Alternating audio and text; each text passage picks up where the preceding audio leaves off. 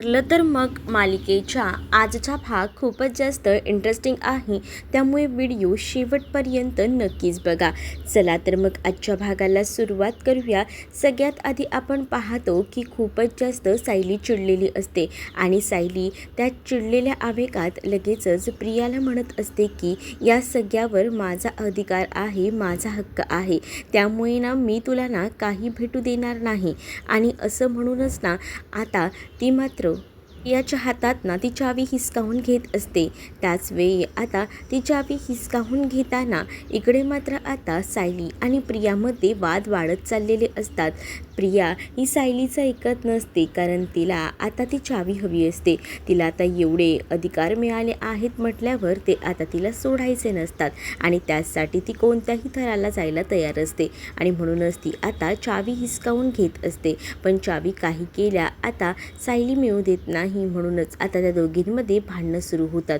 खरं तर ही भांडणं आधी सायलीने स्वतःहून सुरू केलेली असतात, का तर सायलीला आता त्या प्रियाचा केस हवा होता आणि त्या केसच्या साह्यानेच ती DNA टेस्ट तिला करायची होती, तिची आणि मैनाची. आणि त्यासाठी तिने हा केस मिळवण्यासाठी तांडव घातलेला होता. घरातल्या कोणाला याबद्दल काही कळत नसतं, मात्र आता कल्पना, प्रताप या सगळ्यांनाच टेन्शन येतं की नेमकं सायलीला झालंय काय. कारण सायली ह्याआधी असं कधीच वागलेली नव्हती, जेवढं ती आता एवढं भयंकर वागत होती. पण आता प्रियाला सायली ठणकावून सांगत असते की ज्या गोष्टीवर माझा अधिकार आहे, माझा हक्क आहे ना, त्या गोष्टी अशा मी तुला मिळू देणार नाही, काही झालं ना तरीसुद्धा, कारण त्याच्यावर फक्त आणि फक्त माझा अधिकार आहे. असं बोलूनच ना आता ती तिच्याकडनं ती चावी हिसकावून घेते. तिला आता रडू येत असतं. अस्मिताही तिथे आलेली असते. अस्मिता म्हणते की काय चाललंय हे, नळावर भांडतात ना तसं तुम्ही भांडताय. मग आता त्याच वेळेला काही नाही असं म्हणून ती विषय मारून न्यायचा प्रयत्न करत असते. पण दुसरीकडे आता जेव्हा सायली रूममध्ये निघून जाते ना, तेव्हा खवळलेला अश्विन अर्जुनला म्हणत असतो की काय चाललंय काय, तुझी बायको आज तर चक्क माझ्या बायकोच्या जीवावर उठली, हे कधी थांबणार आहे का, हे असंच या घरात चालू राहणार आहे. मला तर ना आता या सगळ्याचा वैताग आला आहे. अर्जुन म्हणतो की 2 मिनटं दे मला, मी बघतो सायलीला नेमकं झालंय तरी काय. म्हणूनच आता अर्जुन रूममध्ये जातो आणि सायलीला म्हणत असतो की बायको तुला आज काय झालं. त्यावर आता सायली म्हणत असते की आपल्याला DNA टेस्टसाठी जो केस हवा होता तो केस बघा आता भेटलेला आहे. मग आता तो केस भेटल्यानंतर खूपच जास्त आनंद ना आता झालेला असतो आणि तो केस आता ती कसाबसा मिळवतेच. आणि त्यामुळेच ना अर्जुन म्हणतो की अच्छा हे होतं तर सायली 2.0, भारीच, एकदम भारी म्हणायला हरकत नाही, कमाल केलेस बघ. असंही बोलून आता अर्जुन हा कौतुक करत असतो. अर्जुन कौतुक करत असतानाच इकडे मात्र आता प्रियाला सगळीजणं सावरत असतात. तर प्रिया रडत असते आणि प्रियाला आता असं दाखवायचं असतं की मी किती आणि काय काय त्रास सहन केला आहे ते, आणि म्हणूनच ना ती आता सगळ्यांसमोर रडत असते. सायलीने मला मारलं आणि हे तर आत्ताचंच नाही आहे, हे तिचं पहिल्यापासूनचा स्वभाव आहे. दुसरीकडे आता अर्जुन आणि सायली हे बोलत असतात. त्यावर अर्जुन सायलीला म्हणतो की आपण प्रियाचे केस तर मिळवले, पण आपल्याला आता मैनाच्या केसचीही गरज लागणार आहे. म्हणजे मैनाचे केस आणि त्याचसोबत आपण प्रतिमा आत्ताचा सुद्धा केस घ्यायला हवा. त्या तिघांची एकदम DNA टेस्ट करायला हवी, नक्की कोणते रिपोर्ट कोणाला मॅच होत आहेत ना ते बघायला हवं, असंही आता अर्जुन म्हणत असतो. त्यावर मैना काय असेच केस काढून देईल, कारण मैना आपल्या ह्या प्लॅनमध्ये सहभागी झालेली आहे. पण प्रतिमा आत्यांचं काय करायचं, असाही विचार ना आता सायली आणि अर्जुनच्या डोक्यामध्ये येत असतो. इकडे आता सगळीजणं प्रियाला शांत करत असतात की नको एवढा विचार करू, आम्हाला कळतंय की तुला ह्या सगळ्याचा त्रास होतोय, पण जर त्रास करून घेत राहिलीस तर याचा पुढेही तुला बेकार त्रास होईल, त्यापेक्षा नको. पण तू आम्हाला कळली आहेस की किती चांगली आहेस ते, कारण आज ना सायलीचं खरं रूप आम्हाला कळलं. त्यावर प्रिया म्हणते की हे आजचंच नाही आहे, हे पूर्वीपासूनचं असंच तिचं रूप आहे, फक्त तिने आज तुमच्यासमोर उघड केलं आहे. ती अशीच आहे, एक नंबरची खोटारडी. तिला मला जे भेटत होतं ते तिला बघवत नव्हतं आणि म्हणूनच तिने माझ्याकडनं सगळ्या काही गोष्टी हिसकावून घ्यायचा प्रयत्न केला आणि आजही बघितलंत ना, माझ्याकडनं ती चावी तिने हिसकावली. जाऊ दे, काय करणार आहे मी आता, तिलाच तिची चावी हवी होती तर. पण दुसरीकडे ना आता इकडे प्रतिमा आत्याकडनं केस कसा मिळवायचा याचा विचार सायली करतच असते. तेवढ्यातच प्रतिमा आत्यांचा फोन आलेला असतो. तर प्रतिमा आत्या आता सायलीला म्हणत असतात की सायली, माझं ना जरा तुझ्याकडे काम आहे. आणि मग काय काम आहे हेही विचारलं जातं. त्याच वेळेला तुला मी म्हटलं नव्हतं का तन्वीसोबत जास्तीत जास्त वेळ घालवायचा आहे म्हणून, आणि म्हणूनच ना मी तिच्यासोबत वेळ घालवायचा प्रयत्न करणार आहे. म्हणजेच बघ, मी तुला म्हटलं होतं पण ह्यांना काही घरातच होते, हे काही बाहेर पडले नव्हते. आज कामासाठी 2 दिवस ते बाहेर गेले आहेत. तोपर्यंत माझा असा विचार चालू होता की तन्वीला घरी बोलवावं आणि तिचे सगळे लाड करावे असंही मला वाटतं. मग आता या सगळ्या गोष्टी प्रतिमा आत्या जेव्हा बोलतात ना, तेव्हा सायली म्हणते की ठीक आहे ना, मग बोलवा तिला आणि तसंही ती येईलच तुमच्याबरोबर. मला माहिती आहे, तुम्ही फक्त तिला बोलवा, मग आपण पुढचं सगळं मॅनेज करूया असंही सायली म्हणते. सायलीने सांगितलेलं असतं की तिला आधी येऊ दे, मागाहून मी येते. दुसरीकडे प्रताप आणि त्याचसोबत सगळेजण आता प्रियाला समजवत असतात आणि अश्विनला आता कल्पना सांगत असते की बघ अश्विन, हिला ना जरा रूममध्ये घेऊन जा, ही खूप जास्त स्ट्रेसमध्ये आहे, तिला आता त्या सगळ्या गोष्टी सहन झाल्या नाही आहेत असाही आता कल्पना एकदम खांद्यावर तिच्या हात वगैरे ठेवून म्हणत असते. त्यामुळे मनातून आता उखळी फुटत असते या प्रियाच्या आणि त्यामुळेच ना प्रिया आता खूपच जास्त खुश असते. पण आता अश्विनला सांगत असते की जा जरा हिला रूममध्ये घेऊन जा, म्हणजे बघ हिला थोडं बरं वाटेल. मग आता अश्विनही म्हणत असतो की चल तू ये, आराम कर थोडा. आणि असं बोलून ना अश्विन आता प्रियाला घेऊन चाललेला असतो. प्रिया म्हणत असते की पण ही सायलीची सवय माझ्यासाठी जुनीच आहे, तुम्हा सगळ्यांसाठी नवीन असली तरीसुद्धा. कारण आहे ना ती तेव्हासुद्धा आश्रमात असंच काहीसं करायची. जे काही माझं आहे ना त्यावर तिला हक्क सांगायला खूप जास्त आवडायचा. आताही बघा ना, आईने मला स्वतःहून सगळ्या काही गोष्टी देण्याचा प्रयत्न केला, पण तरीसुद्धा तिने माझ्याकडनं ते हिसकावलंच. आता कसाबसा अश्विन प्रियाला तिकडनं घेऊन जातो. प्रियाला तो तिकडनं घेऊन गेल्यानंतर ना इकडे मात्र आता प्रताप त्याचसोबत कल्पना खूप जास्त हसत असतात. अस्मिता तर हे बघून एकदमच चकित होते. अस्मिता म्हणत असते की बाबा हे सगळं काय आहे, म्हणजे काय चाललं आहे नक्की मला सांगाल का? त्यावर आता हे सगळं नाटक ना आम्हाला सायलीनेच करायला सांगितलं होतं, म्हणजे सायलीने तिच्यासोबत जी काही भांडणं केली, मारामारी केली, हे सगळं नाटक होतं का? त्यावर आता हो, हे सगळं नाटक होतं. खरं तर ना आम्हाला सायलीने सांगितलं त्या पद्धतीने आम्ही हे सगळं काही केलं. पण ना सायली खरंच ना हुशार आहे, तिला कुठे काही करायचं ना हे बरोबर समजतं. म्हणजे मला सांगा, या आधीसुद्धा सायलीने सांगितलं होतं ना की प्रियासोबत चांगुलपणाचं नाटक करायचं, आणि आता हे सुद्धा तिनेच सांगितलं. नक्की चाललंय काय सायलीच्या डोक्यात? कल्पना म्हणत असते की आम्हालासुद्धा कळत नाही आहे, पण सायली काहीतरी विचार करूनच हे सगळं सांगते, म्हणूनच आम्हीही सायलीला साथ देत आहोत.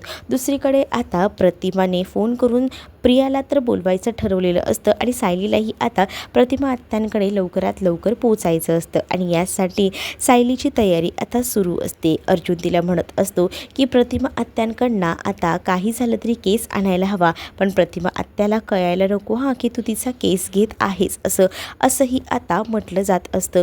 जेव्हा आता ह्या सगळ्या गोष्टी बोलल्या जातात ना, तेव्हा मात्र आता इकडे सायली जी आहे ती अर्जुनला म्हणत असते की नका काळजी करू, सगळ्या काही गोष्टी ठीक होतील. मग तर झालं, मी माझ्या परीनं प्रयत्न करीन प्रतिमा आत्यांचा केस घ्यायचा, पण तुम्ही आता मैनाचा केस घ्या आणि मग आपण या तिघांच्याही DNA टेस्ट करू असं त्यांचं ठरलेलं असतं.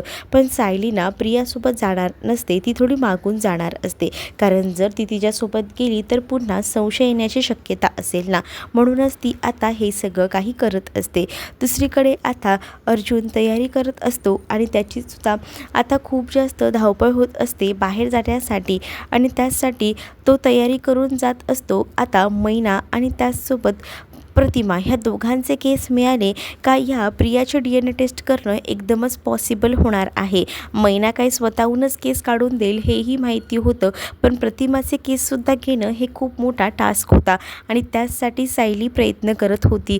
दुसरीकडे आता सचिन बसलेला असताना सचिनच्या फोनवर आता साक्षीचा कॉल येतोय आणि साक्षी ही सचिनला सांगते की सचिन, तुझं काय चाललंय? तू मला जराही किंमत देत नाही आहेस, तू असं का करतोयस? प्लीज ना, बोल ना माझ्याशी. आपलं ठरलं होतं ना की तू थोडा वेळ माझ्यासोबत बोलणार, मग आता कसा काय विसरतो आहेस? मग आता सचिन म्हणत असतो की खरंच रे गं, इथे ना खूप जास्त काम आहे. त्याच्या पुढ्यात ना बाळ असतं आणि बाळ ना अचानक रडू लागतं आणि त्यामुळेच ना तो बाळाला शांत करत असतो. पण त्या सगळ्यामध्ये साक्षी फोनवर बोलत असते, साक्षीचं म्हणणं असतं, पण ते सुद्धा आता तो ऐकून घेत नाही. आणि जेव्हा तो हे सगळं बोलणं ऐकून घेत नाही ना, तेव्हा मात्र आता इकडे साक्षीचा फोन लगेच तो ठेवून देतो, कारण बाळ रडत असतं, बाळालासुद्धा शांत करायचं असतं आणि त्याचसाठी आता ती विचार करत असते की हा काय प्रकार आहे? म्हणजे हा गेला तिथे आणि मला विसरला.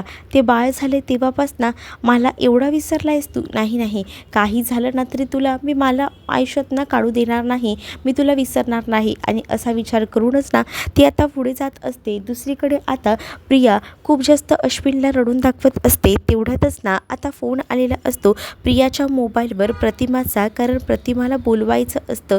त्यामुळेच प्रतिमाने आता प्रियाला कॉल केलेला असतो. प्रियाच्या मोबाईलमध्ये नंबर दिसल्याबरोबर ती म्हणत असते की आईचा फोन का बरं आला असेल, थांब मला बघायलाच हवं. असा विचार करून आता प्रिया कॉल रिसीव करते. तर प्रियाला प्रतिमा म्हणत असते की अगं, मला कल्पनाकडनं कळलं की तू खूप काही करतेस घरातल्या सगळ्यांसाठी, त्यामुळे मागचं सगळं विसरून जाऊन सगळीजणं नव्याने पुढे आली आहेत ना, बरोबर की नाही? मग आता इकडे प्रिया विचार करते की किती माझ्याबद्दल सगळ्यांना काय वाटतं ना, मग कल्पनाला सांगितलेल्या असतात आणि त्याचबरोबर प्रतिमाने सुद्धा या सगळ्या गोष्टी लक्षात घेऊन आता प्रियाला घरी जेवायला इन्व्हाइट केलेलं असतं आणि घरी जेवायला ये, मस्त आरामात राहा, ऐशोआरामात जग माहेर पण, असं ही प्रतिमा आता म्हणत असते.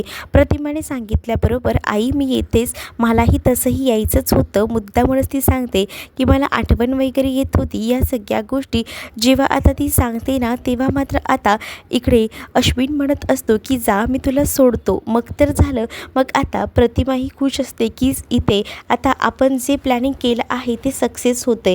का तर त्यांना असं वाटत असतं की लवकरात लवकर ना प्रियाला बोलवून घ्यायचं आणि तिचं खरं रूप आता जगासमोर आणायचं आणि त्याचसाठी ही धावपळ गडबड आता सुरू असते. प्रिया आता खूप जास्त खुश असते, कारण ना तिला आता बरं वाटत असतं.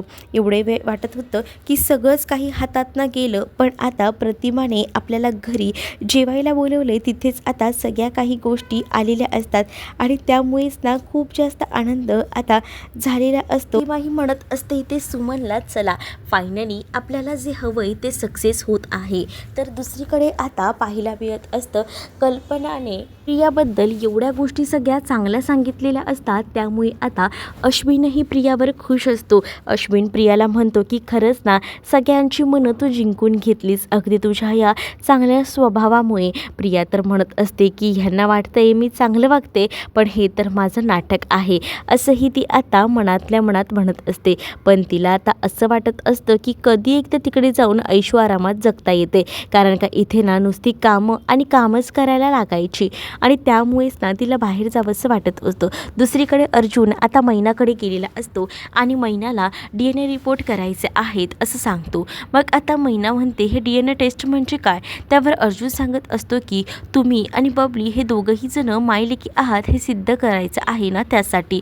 मग त्यावर हे DNA टेस्ट वगैरे करायची काय गरज आहे? मी आहे ना, मी तुम्हाला सांगते ना, मी सगळ्यांसमोर येऊन सांगते की मी हिचीच आई आहे.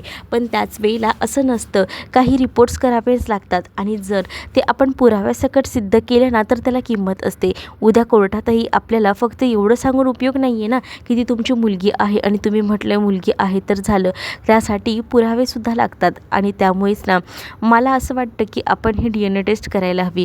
अगं, एवढंसं छोटंसं केस द्यायचं आहे ते बरं त्यांना काढून, आणि मग प्रतिमा आपला केस काढून अर्जुनला देते. दुसरीकडे आता भांडणं सुरू असतात सचिन आणि अस्मिताची. अस्मिता सचिनला समजवायचा प्रयत्न करत असते. अस्मिता सचिनला सांगत असते की सचिन, मला माहिती आहे माझं अकाउंट चालत नाही आहे, फ्रीज झाले, त्यामुळे तुझी चिडचिड होते. पण मी तरी काय करू? मला जेवढे प्रयत्न करता येत आहेत ना तेवढे प्रयत्न मी करते. बँक मॅनेजरला फोन, बँक कस्टमर या सगळ्यांपासून सगळ्यांना कॉल करून उपयोग नाही आहे माझा.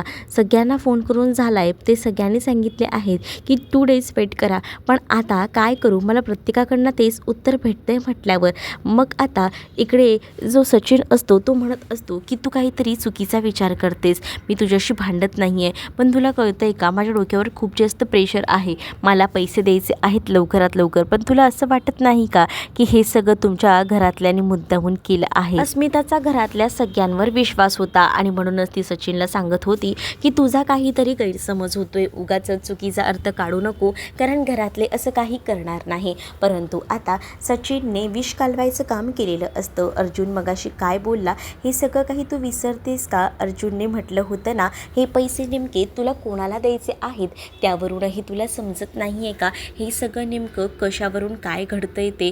हे मुद्दामून घडवून आणलं जात आहे, पण या गोष्टी तुला कळत नाही आहेत. मी तुला सांगतो ना, तुझ्या घरातल्या सगळ्यांनी मिळून हे सगळं केलेलं आहे, असंही आता सचिन हा अस्मिताला सांगत असतो. अस्मिता आता या सगळ्याचा विचार करत असते. सचिनने मुद्दामूनच ना अस्मिता आणि घरच्यांमध्ये काडी लावायचं काम केलेलं असतं, जेणेकरून आता त्याला तिचा बँक बॅलन्स जो आहे तो पळवता येईल. या सगळ्याचा विचार ना तो आता एकदम व्यवस्थितपणे करत असतो. तर आता सचिन जे काही बोलला होता त्या सगळ्या गोष्टीचा अस्मिता इथं विचार करत असते.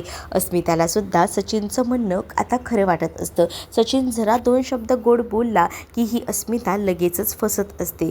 त्यामुळे आता सुद्धा तिला हेच वाटत असतं की घरातल्या सगळ्यांनीच हा सांगतोय म्हणजे त्यांनी अकाउंट माझं बंद केलं असेल तर, असा विचार ना तिच्या मनामध्ये येऊ लागलेला असतो. तर दुसरीकडे मात्र आता सचिन मनातल्या मनात म्हणत असतो की जे काम माझं होतं ते काम तर मी एकदम परफेक्ट केलं आहे, आता माझ्याकडे काहीच राहिलेलं नाही. दुसरीकडे प्रिया जी आहे ती आता पोचलेली असते आणि प्रिया घरी गेल्यानंतर आता म्हणत असते की आज बऱ्याच दिवसांनी मला असं आयतं ताट खायला भेटणार आहे. आणि मग ती सगळं जेवण वगैरे प्रतिमा असते ना ती थोडं थोडं करून वाढत असते आणि ते जेवण वाढून वगैरे झाल्यानंतर प्रिया म्हणत असते की हेच जेवण आहे का? आज जेवणही तुझ्याच पसंतीचं केलं आहेस का गं आई?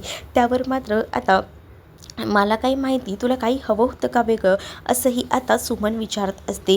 त्यावर मला असं वाटलं की पास्ता वगैरे काहीतरी वेगळं इटालियन पदार्थ असतील, पण तुम्ही हे नॉर्मल रोजचंच जेवण केलेलं आहे. त्यावर मात्र आता सुमन म्हणते की तुला काही हवं होतं जेवायला स्पेशल, तर तसं सांगायचं होतंच ना, वहिनीने कॉल केला होता तेव्हा तर तू काही बोलली नाही. मग आम्हाला असं वाटलं की हे सगळं तुला चालणार आहे, म्हणूनच मग आम्ही तसा स्वयंपाक केला. मग फ्रूट सॅलडसुद्धा बनवलेलं असतं, तेही आता तिला दिलं जातं. मग ती म्हणते हे एवढं नको आहे मला, ह्याच्यातलं ना मी सगळं जेवण थोडं थोडं कमी करते, कारण सकाळी जो नाश्ता केला आहे ना त्याच्याने पोट आहे ना तुडुंब भरलेलं आहे आणि मग परत हे एवढं सगळं नको, त्यापेक्षा ना 1 प्लेट द्या, मी थोडं थोडं जेवण कमी करते, असंही आता ती म्हणू लागते.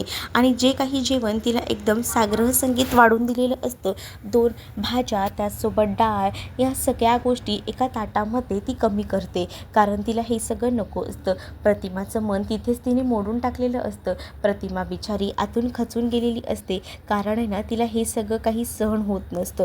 दुसरीकडे मात्र आता सुमन प्रतिमाला आधार देत असते, कारण सुमनला कळतंय की प्रतिमाला त्रास होतोय, कारण एवढं त्या मुलीसाठी प्रेमाने मायेनं केलं, पण या मुलीनं एकाही शब्दाने म्हटलं नाही की जेवण कसं झालं आहे, फ्रूट सॅलड कसं झालं आहे. तिला फक्त हे सगळं खायचं आहे आणि यासोबत तिला आराम करायचा आहे. दुसरी एखादी असली असती तर नक्कीच माझं कौतुकही केलं असतं, असंही आता प्रतिमाला वाटत असतं. पण दुसरीकडे आता सायलीला अर्जुनने कॉल केलेला असतो आणि मैनाचे केस मिळाले आहेत. वाव, बरं झालं, असंही आता सायली म्हणत असते अर्जुनला. मग अर्जुनला आता सायली म्हणते की मी सुद्धा प्रतिमा आत्यांच्या घराबाहेर पोचलेली आहे, मलाही थोडाच वेळ द्या, मीही आता प्रतिमा आत्यांचा केस कसा बसा मिळवते आणि तो केस एकदा का मला मिळाला ना का मग आपण ही DNA टेस्ट करूयाच. मग आता इकडे प्रिया त्याचसोबत सुमन आणि प्रतिमा बसलेले असतात. तर आता प्रतिमा म्हणत असते की अगं तुझ्या केसांना जरा मसाज करून देऊ का? त्यावर आता लगेचच प्रिया म्हणते की कशाला, नको. मग प्रतिमा तिला म्हणत असते की अगं असं काय करतेस, मला कळलं आहे की तुझं आणि सायलीचं भांडण झालं, त्यामध्ये त्यामध्ये तुझे केस ओढले गेले आहेत ना, मग थोडा जर मसाज केला तर तेवढंच रिलॅक्स वाटेल ना. आणि बघ ना, आईची माया ती आईचीच असते ना. बघ, शेवटी आईलाच कळलं की तुला त्रास होतोय, दुःख होतंय. मग आता सुमन ह्या सगळ्या गोष्टी सांगते तेव्हा प्रतिमा आणि त्याचसोबत प्रिया तिथे बसलेल्या असतात.